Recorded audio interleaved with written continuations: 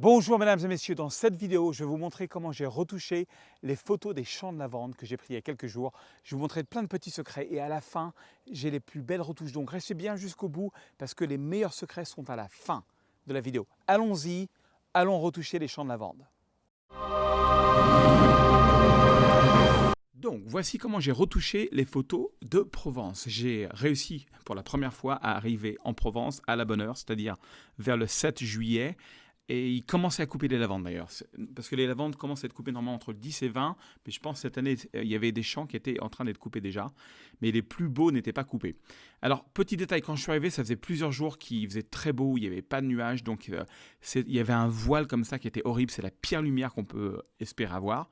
Alors, l'astuce pour quand même faire des belles photos, c'est d'attendre. Déjà, c'est se mettre vers l'ouest, d'accord? Parce que si vous mettez vers l'ouest, quoi qu'il arrive, même si vous avez un ciel bleu, même si vous n'avez pas de nuages, vous aurez quand même un petit dégradé d'orange en fin de journée, mais vraiment en toute fin de journée. Donc ça commençait à ressembler à ça. J'ai travaillé avec le Sony et avec le Fuji, et donc voilà, je continue, et là, celle-là, ça commence à être pas mal, ça commence à être pas mal. Le top du top, c'est de prendre une photo, et c'est ce que j'ai fait là, où le soleil est à moitié dans le ciel et à moitié derrière quelque chose. Et en plus, là, je me suis mis à 6.3, donc bon, c'est pas terrible 6.3 parce que j'ai pas l'effet étoile. Le top du top, j'aurais dû me mettre sur trépied et me mettre genre à F22, ce qui fait que j'aurais eu une petite étoile là sympathique parce que plus vous fermez votre ouverture, plus vous avez l'effet d'étoile. Mais bon, la photo quand même est sympa et mérite d'être touchée. Donc je vais vous montrer en fait la façon dont j'ai réellement fait pour toucher cette photo, c'est en utilisant mes presets et je vais vous donner plein d'échantillons gratuits qui sont super en dessous. Je reçois des centaines de lettres de gens, d'emails, excusez-moi, de gens qui me disent qu'ils les adorent.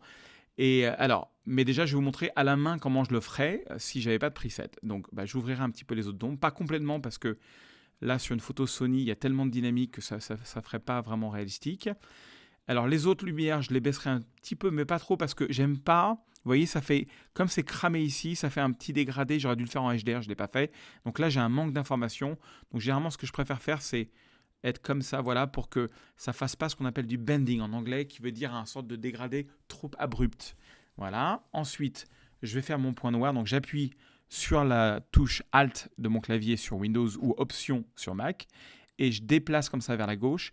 Et ce que vous voyez en violet, ce sont des points qui sont 100% noirs. Complètement, il n'y a plus d'informations, c'est que du noir. Voilà, j'aime bien en avoir peut-être 2-3%, ça c'est mon style, j'aime bien avoir les photos très contrastées. A l'inverse, je vais faire la même chose sur le point blanc, je vais aller à droite, et là tout de suite vous allez voir que, vous voyez que le ciel en fait il n'est pas cramé, la dynamique du Sony est incroyable quand même. Voilà, c'est pas cramé, donc je vais à la limite, parce que si je vais jusqu'à là, et si j'imprime, ça ce sera du blanc. Donc généralement ce que je fais c'est ça. Après c'est vrai que si je booste l'exposition, je vais à nouveau cramer. Vous voyez, je vais à nouveau cramer mes blancs, mais c'est pas très grave pour du web. Pour le web, c'est pas grave. Si je devais imprimer cette photo, j'appuierais sur la touche Option Alt comme dernière chose pour m'assurer que j'ai pas de blanc ici, parce que sinon, en fait, quand on imprime, ça imprime pas, ça laisse du blanc sur. C'est du papier en fait. C'est pas top. Ok. Ensuite, ce que je fais généralement, je rajoute un peu de contraste. Donc là, j'ai, on va dire, j'ai une retouche de base, d'accord. Ensuite, ce que je vais faire, c'est que ce que je fais toujours dans mes photos, je vais un tout petit peu éclaircir la photo parce que je vais la réassombrir ce que je voudrais. Oh, peut-être pas, non, on va remettre à zéro. Ce que je vais faire, c'est que je vais rajouter un petit gradient dans le ciel parce que vous voyez, c'est un petit peu gris ici. Donc, je fais un petit gradient comme ça. Hop, le principe de gradient, c'est tout ce que vous faites ici. Si vous doubliquez sur Effet, ça se met à zéro. Mais par exemple, je vais baisser peut-être un petit peu l'exposition et rajouter un petit peu de bleu ou de jaune. Ouais, plutôt de jaune et de magenta. Et ça va me faire un ciel bien dégradé comme ça, comme il faut. Voilà. Je ne vais pas le faire pour le bas parce que c'est déjà assez sombre. Alors sur celle-là, ce que j'ai fait en plus, c'est que j'ai pris une petite brosse comme ça et j'ai juste double-cliqué sur Effet. J'ai été un petit peu à droite comme ça. Je baisse ma brosse et là, je vais juste éclaircir certaines parties de la vente juste, alors très léger, vous voyez, je suis à 0,63. Et non seulement je suis à 0,63, mais j'ai aussi mon débit et ma densité dans les 70. Je ne sais pas pourquoi on ne voit pas il y a un petit bug là qui fait que vous ne voyez pas les chiffres, mais bon, c'est 70. Donc 70, c'est que c'est à peine visible, c'est très subtil. Il faut vraiment y aller tout doucement. Si vous faites quelque chose comme ça va être trop visible. L'idée, c'est juste, on met un petit peu plus d'attention sur les hautes lumières, on fait briller un peu la lavande, comme ça, pas partout, juste à des petits endroits. Et là, 0,72, c'est trop. Je reviens en arrière à 0,50. Voilà, j'aime bien rester dans les 0,50. Là, j'irai dans Photoshop et j'enlèverai peut-être le fil électrique, parce que c'est pas top. Mais disons que là, j'aime bien. Donc, avant, après, avant, après. Alors, ce que je fais aussi, généralement, ça, c'est très important, surtout quand vous avez des beaux couchers de soleil. Et je vais vous montrer une astuce assez dingue à la fin de la vidéo, donc restez jusqu'au bout. Je vais dans teinte, saturation, luminance. Je vais d'abord dans teinte, et généralement, ce que je fais, alors vous avez deux possibilités. La facilité, c'est que vous prenez ce petit outil, ce petit rond, vous cliquez aux alentours du coucher de soleil, et si je monte vers le haut, ça devient un petit peu jaune, jaune canari, pas terrible. Si je vais vers le bas, ça devient très orange. Jaune canari, orange. Moi, je préfère les vers orange. Vous voyez, en fait, ça change la teinte du ciel, alors peut-être pas trop, mais quelque chose comme ça. Ensuite, généralement, je prends le même outil ici, voilà, et je me mets, je clique sur ciel, vers le haut ça va saturer le ciel, vers le bas ça va le désaturer. Peut-être juste, mais ça sature que le ciel. Vous voyez, que les couleurs chaudes, que le orange principalement. Donc là, j'ai un coucher de soleil très très saturé. J'aime bien. Ensuite, rapidement la netteté. Là, je pense que j'étais à 100 ISO. Donc, attendez, netteté, on va regarder si la photo est très nette. Oups, j'étais toujours sur l'outil de teinte. Je vais l'enlever, voilà, avant d'aller sur la netteté. Donc, vous voyez, la photo est quand même très très nette. Oh là là, c'est super net. J'adore. Alors, généralement, quand c'est très net et que j'ai pris ça à 100 ISO, là, je suis à 125 ISO, mais c'est une erreur. Je voulais être à 100 ISO, mais bon, 125, ça, c'est pas grand-chose. Généralement, ce que je fais, c'est que je rajoute quand même un petit 10. Ça, c'est ma manière à moi de réduction de bruit. Et en netteté, je vais rajouter du 90. 90-10. 10 de luminance, c'est-à-dire que je réduis le bruit un petit peu. Et ensuite, je mets 90 de netteté. Mais ce que je fais surtout, c'est que je fais du masquage. C'est-à-dire que j'appuie sur la touche option là. Et masquage à droite, voyez, tout ce que vous voyez en noir, ça ne recevra pas de netteté.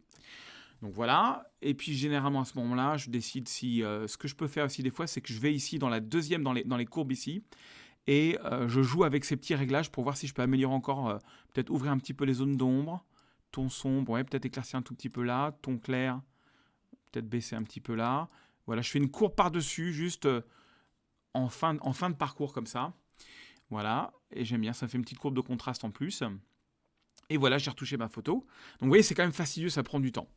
Là, je vais vous montrer une autre technique. Donc ça, c'est une photo... non, je vais vous montrer sur... Oui, ça, c'est là. Alors ça, c'est une photo que j'ai prise avec le Fuji GFX 50R, qui est un moyen format que j'ai acheté pour ce voyage, que je partais 2 mois et demi en photo et je voulais vraiment aussi essayer le moyen format.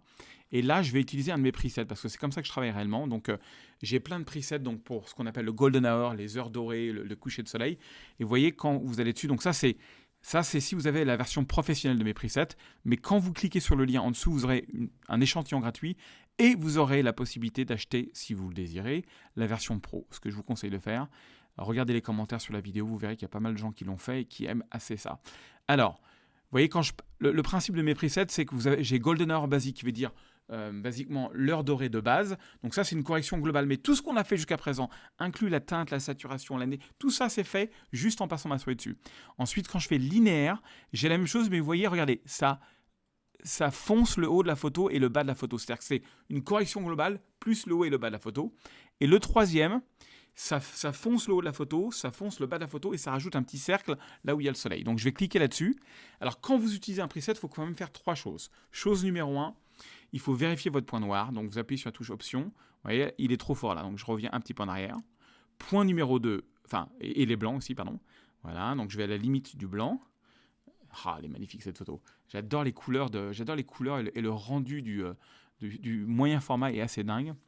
C'est quand même, il y a moins de ce qui est bizarre, c'est qu'il a moins de dynamique que le Sony, mais par contre, j'adore les couleurs et la netteté est assez sympathique. Par contre, la profondeur de champ est un petit peu plus difficile à obtenir. Ensuite, ce que je vais faire, c'est que je vais peut-être un tout petit peu éclaircir la photo. Oh, peut-être pas, remarque. Rajouter un peu de contraste. La balance des blancs, du coup, me convient. Et je vais aller là.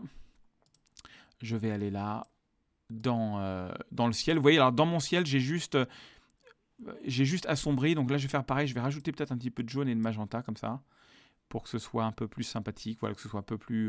je préfère ces couleurs-là. Voilà, peut-être baisser un petit peu encore. Pas trop. On va juste rajouter un petit peu de dégradé comme ça. Et voilà, donc en quelques clics, et tout le reste est fait, la netteté, etc., tout est fait. Donc c'est quand même assez pratique. Si vous aimez ce type de vidéo, s'il vous plaît, écrasez le petit pouce vers le haut. Voilà, détruisez-le, ça aide vraiment à faire connaître cette vidéo à d'autres personnes. Et laissez-moi un petit commentaire, dites-moi ce que vous voulez apprendre. J'essaie de faire une vidéo toutes les semaines en français et en anglais. Voilà, et puis ça m'inspire, j'adore lire vos commentaires. Ensuite, je vais vous montrer donc le lendemain matin. Alors j'ai une astuce assez sympa. Attendez, je vais vous la montrer sur la dernière photo qui est ma préférée. J'ai une astuce qui est pas mal que je viens de découvrir dans Lightroom que je ne connaissais pas du tout. Donc la même chose, c'est le matin, donc c'est une heure dorée. Donc vous voyez, ça va vite. Paf, je clique là-dessus. Je vérifie le point noir. Je vérifie le point blanc. Voilà. Et c'est vraiment comme ça que je travaille parce que je suis assez feignant et j'aime bien être à l'extérieur en train de faire la photo. J'aime pas passer des plombes devant l'ordinateur. Et je vous ai pas montré, mais tous mes presets d'heure dorée a un petit cercle comme ça. Vous voyez, il y a un petit cercle sympa. Et alors, vous pouvez l'agrandir. Je vais l'agrandir un petit peu. Je vais le mettre un petit peu sur le côté, juste pour... Parce que le soleil se levait là. Ça va mettre un tout petit peu plus de chaud dans le lever de soleil. Voilà, donc ça, c'était une photo du lendemain matin. Très belle lumière. J'aime pas trop, en fait, le choix du champ de lavande. Vous voyez, il y a plein d'herbes sauvages. Il y a des champs de lavande qui sont très bien entretenus et d'autres qui ne le sont pas. Bon, c'est un petit peu comme ça. Alors, autre chose que je vais vous montrer. Ça, c'est une photo que j'ai prise, donc, en fait, la même matinée, mais une demi-heure plus tard. Et chose à ne pas faire. Je pensais que ça allait marcher, mais ça ne marche pas du tout. C'est de prendre une photo vraiment où le soleil est un petit peu haut. Là, le soleil, rappelez-vous, je vous ai dit, il faut prendre une photo quand le soleil est à moitié dedans, à moitié dehors. Ben, chose à ne pas faire, c'est quand il est plus dedans ou plus dehors. Parce que déjà, on a un dynamique, même le Sony qui a 15 f-stops, qui est l'unité de dynamique. Donc la dynamique, c'est des teints les plus sombres au plus clair. Donc il y a 15 étapes différentes. Ben, même ça n'a pas suffi pour capturer la photo. Pourtant, je l'ai bien exposée. Donc je suis obligé de booster les hautes lumières pour pas, parce que c'est quand même très moche de laisser comme ça. Mais vous voyez, il n'y a pas de couleur du tout. Si vous prenez une photo, surtout sur les champs de lavande où il y a le soleil qui est un petit peu haut, plus le soleil est haut et plus les couleurs vont être lavées, complètement délavées, pardon. Et donc, je peux essayer de rajouter de la saturation, mais ça ne marchera pas. Donc voilà. Ensuite, qu'est-ce qu'on a fait? Le lendemain soir, je suis revenu, photo Sony, donc, parce que j'adorais ce champ. Donc la même chose, tac, tac, je vais faire une petite retouche rapide, comme ça pour vous montrer en utilisant le preset. C'est quand même sympa. Un clic, mesdames et messieurs, qui dit mieux. Ensuite, et là, c'est là où je vais vous montrer une astuce qui est sympathique. On a finalement, je vous avais vu si vous n'avez pas vu la vidéo, j'ai une vidéo qui vous montre en fait comment j'ai fait les cadrages. Donc cliquez en haut à droite quelque part de la vidéo, vous verrez un lien vers cette vidéo-là. Et donc là, c'est cette petite cabane qu'on a eu beaucoup de mal à trouver. C'est pour ça que je vous ai aussi, d'ailleurs, je vous ai mis un petit guide des meilleurs endroits pour prendre des photos des champs de lavande sur Valensole. Attention, c'est que sur Valensole. Il y a pas d'autres endroits où on peut prendre des photos de lavande. Donc, je vous ai mis les plus belles photos retouchées. Je vous ai mis un petit lien Google Maps. Tout ce que vous allez faire, c'est cliquer sur le lien Google Maps. Donc, je vous conseille sur votre portable. Ça vous mettra exactement l'endroit exact sur Google Maps. Et après, vous n'avez qu'à suivre. Ça marche sur Android. Ça, vous pouvez le télécharger. C'est un petit guide. Il n'y a que 4 photos, mais bon, c'est quand même ça. Je pense que c'est les 4 plus beaux spots de Valensole. Si un jour vous êtes dans le sud de la France et vous voulez faire des belles photos. Bon, après, il faut venir au mois de juillet à la bonne heure, etc. Mais bon, voilà. Petit cadeau. Ah oui, et je vous donne aussi certaines de ces photos. Comme ça, vous pouvez, si vous n'avez pas eu l'occasion de prendre les champs de lavande, vous pouvez les retoucher en utilisant mes presets ou à la main. Et vous pouvez même les poster sur Instagram du moment que vous me faites un petit crédit où vous marquez @photoserge. Voilà, @photoserge, comme ça. Vous me créditez comme photographe, mais vous pouvez utiliser pour booster votre compte Instagram ces photos. Vous pouvez même les retoucher comme vous voulez, avec un look un petit peu différent. Donc là, pareil, je vais utiliser ce que c'est toujours du Golden Hour. Alors, je vais vous montrer l'astuce que je voulais vous dire, qui est assez sympa, que j'ai découvert ça complètement par hasard, en fait, grâce au Fuji. Donc, je vais vous montrer là. Bon, ça, cette photo, elle n'était pas top, parce que ça, le soleil était encore derrière les montagnes. On est vraiment très tôt le matin. Et bon, je sais pas... pour le coup, on avait trouvé un endroit super, mais le lever de soleil n'était pas top. Donc bon, petite retouche rapide comme ça quand même. Mais alors, voilà. Après, ce que vous pouvez faire d'ailleurs, quand vous passez du temps sur une photo, vous pouvez sélectionner la prochaine, faire synchroniser. Et hop, vous n'avez même pas utilisé un preset, vous pouvez juste resynchroniser la photo. Bon, là par contre, il faut bouger le petit cercle. Je le vois, il est là, le petit cercle. Je vais l'agrandir. Voilà. Et je vais le mettre là sur le côté gauche parce que c'était là où il y avait le ciel. Donc bon, ça, c'était pas top. Et d'un seul coup, le soleil s'est levé. La miricorée, et voilà, le haut des champs de lavande était comme ça très clair. Et regardez, je vais vous montrer 2 trucs. Premier truc, je retouche cette photo de base, donc déjà, c'est assez sympa. Et alors, autre chose que je vais vous montrer, je vous ai promis une astuce de fou en fin de vidéo, la voici. Si vous allez sur les profils, alors ça marche que si vous avez un Lightroom assez à jour, vous voyez les 4 petits carrés, c'est ce qu'on appelle des profils. Un profil, en fait, c'est une gestion de couleurs. Ça va faire des couleurs différentes. Cette photo, elle a été prise avec le Fuji, et ça marche aussi pour le Sony, d'ailleurs, je vais vous le montrer. Ouais, vous cliquez là-dessus, et vous aurez une option qui s'appelle Camera Matching. En fait, ce sont des profils de couleurs qui ont été créés par le constructeur. Alors Fuji, comme c'est eux qui détenaient tous les droits des pellicules, et moi j'ai fait la photo pendant des années avec ce qu'on appelle du Velvia, qui était une pellicule Fuji sur du moyen format et du 4:5.